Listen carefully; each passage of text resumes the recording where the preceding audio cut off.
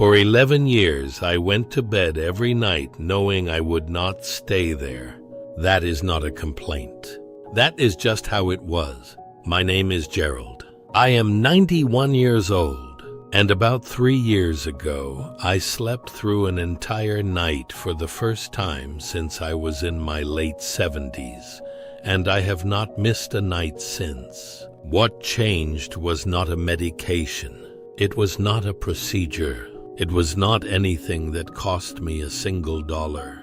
What changed was understanding something that not one physician in 11 years ever sat down and explained to me. And once I understood it, I could not stop thinking about how many other people were lying awake right now, getting up again, shuffling to the bathroom in the dark, believing what I believed for over a decade, that something inside them was broken.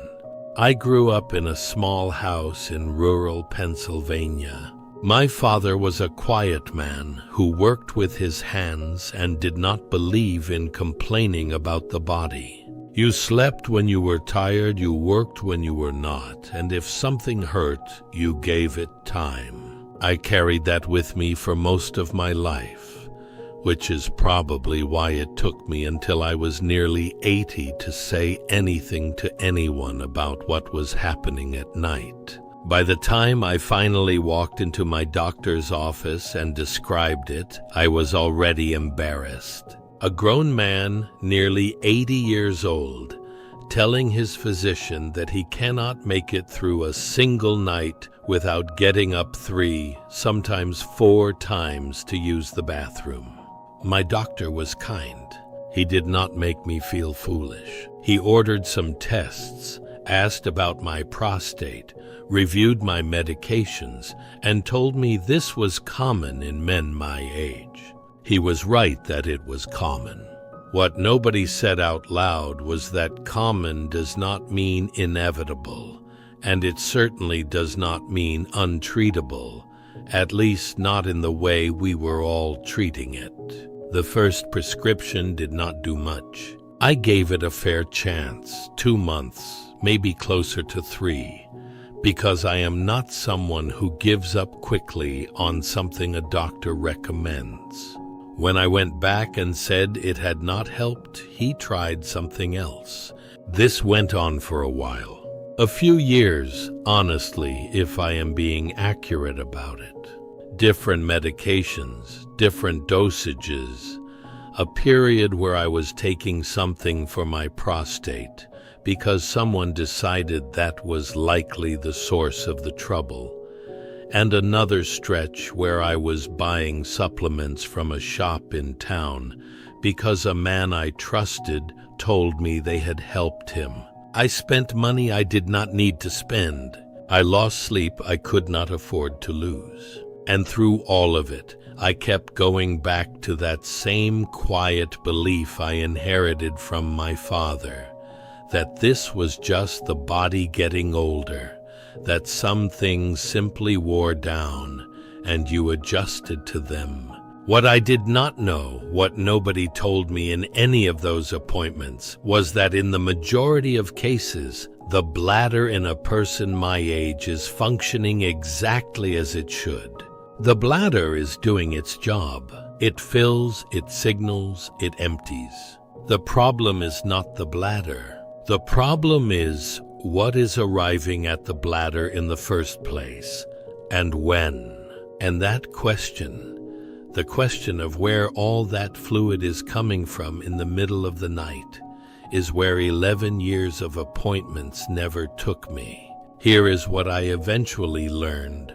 And I want to say this plainly because I do not think plain language gets used enough when people talk about the body.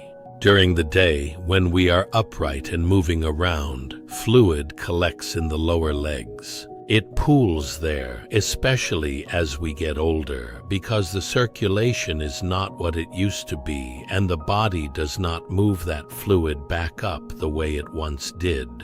Most people over 70 have some degree of this. You might notice it as mild swelling by the end of the afternoon, or your shoes feeling tighter in the evening than they did in the morning, or just a heaviness in the legs that you have come to think of as normal. I thought of it as normal. It never occurred to me that it had anything to do with why I was awake at 2 in the morning. When you lie down at night, that changes. Gravity is no longer pulling that pooled fluid downward. The body begins reabsorbing it, moving it back into circulation, and the kidneys, doing exactly what kidneys are supposed to do, begin processing it. All of that fluid that spent the day sitting in your legs starts moving through your system in the hours after you go to bed. Your kidneys produce more urine. Your bladder fills more than it would otherwise. And you wake up, not because your bladder is failing, not because your prostate is enlarged, though that may also be true. Not because of your age in any simple, unavoidable sense, but because of where your fluid was spending the day and what your body does with it the moment you become horizontal. When I first came across this explanation, I was sitting in my living room reading something a neighbor had left for me, a printed article, not even from a medical journal. Just something someone had written for ordinary people, and I remember reading that paragraph 2 or 3 times, not because it was complicated, but because it was so simple that I kept waiting for it to become more complicated. I kept waiting for the part where it said, but of course it is not really that straightforward. That part never came. I changed when I ate dinner. I moved it earlier. I changed what I ate. Specifically, I reduced the salt, because salt holds fluid in the body, and more retained fluid means more to reabsorb overnight. In the late afternoon, before I sat down for the evening, I started elevating my legs for a little while, long enough to let some of that pooled fluid return to circulation while I was still awake, so my kidneys could process it before I went to bed rather than during it. Those were the changes. That was the entirety of it. The first night I slept through, I did not realize what had happened until I woke up and saw the light coming through the curtains. Real morning light, not the 3 a.m. darkness I had become so accustomed to. I lay there for a moment and thought I must have simply slept through the urge, which worried me briefly. But no, I felt fine. I had just slept. I had just slept the way I had not slept in over a decade. I am not angry about the 11 years. I have thought about whether I should be, and I do not think anger serves much purpose at 91. What I will say is that I wish someone in one of those appointments had asked me what my afternoons looked like, had asked me when I was eating dinner, how much salt I was taking in, whether my legs swelled by evening. Those questions would have cost nothing. The answers would have changed everything much sooner than they did. I think about how many people right now are buying something they do not need for a problem that is not where they think it is. I think about the money, yes, but more than that, I think about the exhaustion. Because broken sleep at 75 or 80 is not a minor inconvenience. It wears on everything. It changes how you feel during the day, how steady you are on your feet, how clearly you think, how much energy you have for the people you love. It can quietly take years from your life, not by killing you outright, but by slowly reducing what your life contains.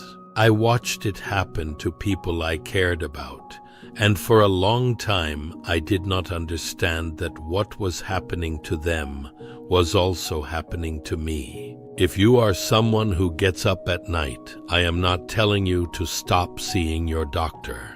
I am not telling you that what I found is the answer to every situation, because I know it is not. What I am telling you is to ask a question that nobody asked me for 11 years. Ask where the fluid is coming from. Ask what your legs are doing while you sleep. Ask whether the problem is really where everyone has been pointing. Sometimes the most useful thing an old man can offer is not wisdom exactly, but just the willingness to say out loud what took him far too long to figure out, in the hope that it reaches someone else a little sooner than it reached him.